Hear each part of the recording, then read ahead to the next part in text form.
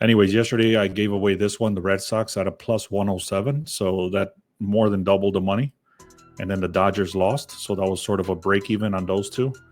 And then we had two batters to get a hit, which was Salvador Perez and Luis Arias. We also had one under RBI, which it didn't hit, but for some reason it didn't pop up on my reports.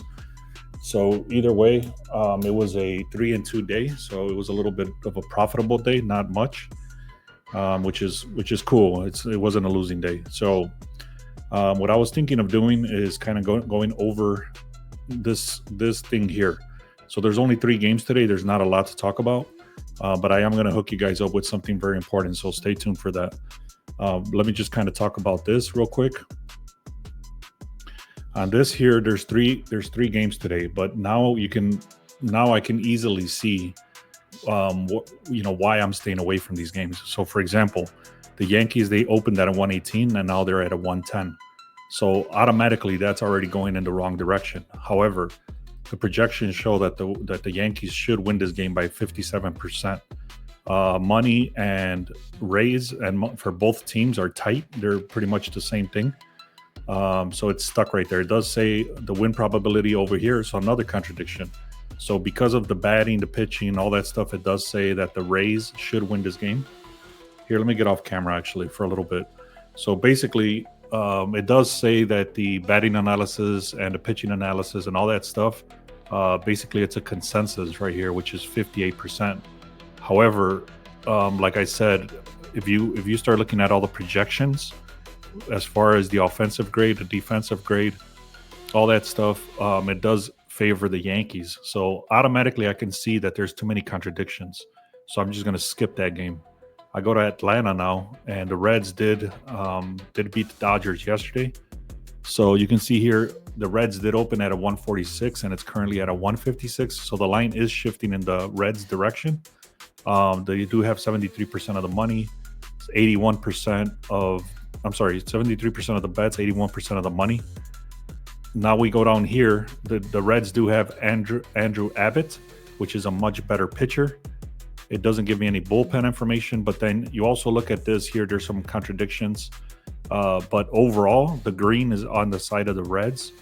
So everything is actually matching towards the Reds now that I'm looking at this a little bit better. I'm still going to stay away from this because let's get back to here. The Reds actually look decent now that I'm looking at this. What was the reason I stayed away from this? I can't think of the reason why I stayed away from this. Now that I look at this, it's actually looking very good. So I'm going to take a closer look at this. I'll get back to you guys if I end up going with this. It does look like last 14 days, last 30 days, the Reds, they're pretty similar as far as the batting goes. They do have a worse OPS. I think that's what it was. Yeah, now that I think about it. That's what it was. The OPS for the Reds they're ranked like 26th compared to the Atlanta Braves, which are ranked like 14th. So this OPS is very low compared to this one. And I think that's the reason I stayed away. They do have, the way I was going to put it is this. Andrew Abbott is very good. So if you go with the Reds, you're putting a lot of trust into the Reds pitcher because Andrew Abbott is decent, but Atlanta and the bats are horrible. So like I said, you're putting a lot of, if you go with this play, you're putting all your eggs into the pitching basket for the Reds. I hope that makes sense. So anyways, having said all that, I don't like the Reds now that I remember it was the OPS that turned it off for me. And then the Mariners, there's contradictions. There's not a lot of line move here. It does say the Mariners are supposed to win this game 62%. However, the money is all over Texas. 22% of the difference is coming in on Texas, but the line is shifting in the direction of the Mariners. So again, it's too many contradictions. Pitching does favor Seattle overall for the bullpen and everything, but then look over here. Look at all this red versus all this green. If you look closely, this for the last 30 days, 16 wins. I'm not going to go through every detail, but you can see everything is going towards Texas. However, the line is shifting towards Seattle.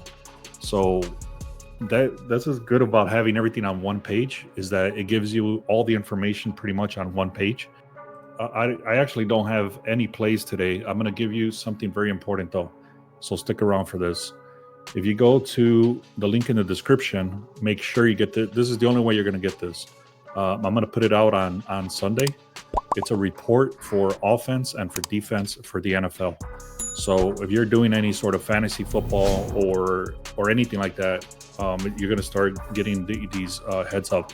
So I'm gonna give you a little glimpse of what that looks like, and that's right here. For example, this is all the wide receivers, the complete rankings for all the wide receivers, the best teams, the bottom 5 teams, the best running backs, the analysis for the top 5 teams, the bottom 5 teams, all that stuff. That's for offense. And then for defense, you got the top 10 front units, bottom 5 units, the key insights for all the teams, all the insights for the wide receivers, the tight ends, the running backs, and all that stuff. So that's what I'm going to give away. I was thinking of actually selling that for $10, but I'm going to give that to you guys.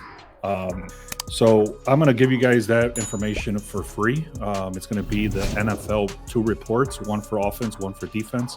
If you guys want that, it's going to be right into free picks. If you're already getting my alerts whenever I post a free pick, then you're fine. But if you haven't done so, either scan this QR code right here or go to beastsportspicks.com and sign up for the free picks. And I'll be putting that out there on Sunday. It's going to be just 2 links, and like just the 2 links are going to go to these reports that I just gave you. So it'll look just like this. And then you guys can take advantage of that. It's going to be pretty much preseason pretty soon. And you'll have the reports so you can do your fantasy football if you do fantasy football and all that stuff. All right, I don't see any other questions, guys. Let me see. Dodgers. So I don't have any batter props today. I sorted through all the batters. There's only 3 games. So the 3 games I already told you there's too many contradictions. The batter props don't look good. The under RBIs. There was one guy for the Braves, but the Braves are supposed to go up on the over. So there's a lot of contradictions like that where I don't like anything today. So I'm going to take the day off. As far as any betting goes, I do have my business partner in the Discord. He was talking about some WNBA stuff, but I don't think I'm going to put anything in today, actually. So if you guys want the NFL stuff, make sure you sign up for the link in the description under free picks. Basically, this took me very long time to do. It's like 6 weeks because I did it from scratch. But now anything that breaks or anything like that, I know how to fix it. So that's the reason I didn't pay somebody, because I wanted to make sure that if it breaks, I know how to fix it. So now that it's live, then I should have more time now. But I do have a lot of things on my plate right now. I just created a walkthrough on somebody actually paid for me to train them. So that's also the link in the description.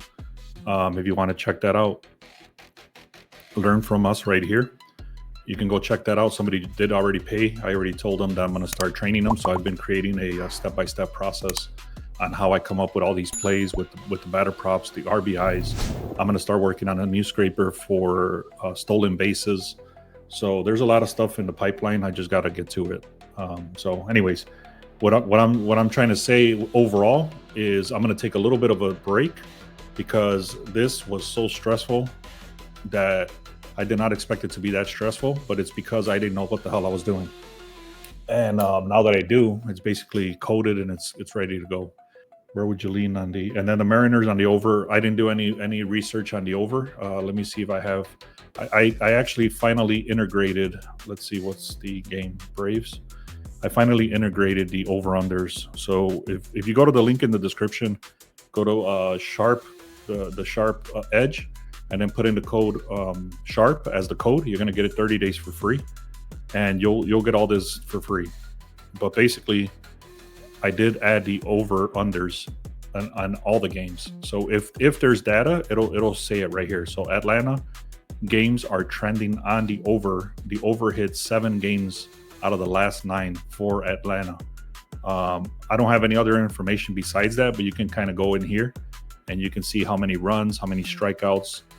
Basically, the last 30 days, it gives you all the data here. This gives you a lot of information on how many runs they get, how many RBIs, the on-base percentage, how many hits per game. This is based on the last 30 days. Then it also gives you the breakdown for the pitching. Pitching is very good today for the Reds, so that's going to hurt the over. Pitching is very bad for the Atlanta, which is going to favor the over. So that's a contradiction in my opinion. And then you got the pitching data here. Like I said, pitching is great for Reds overall.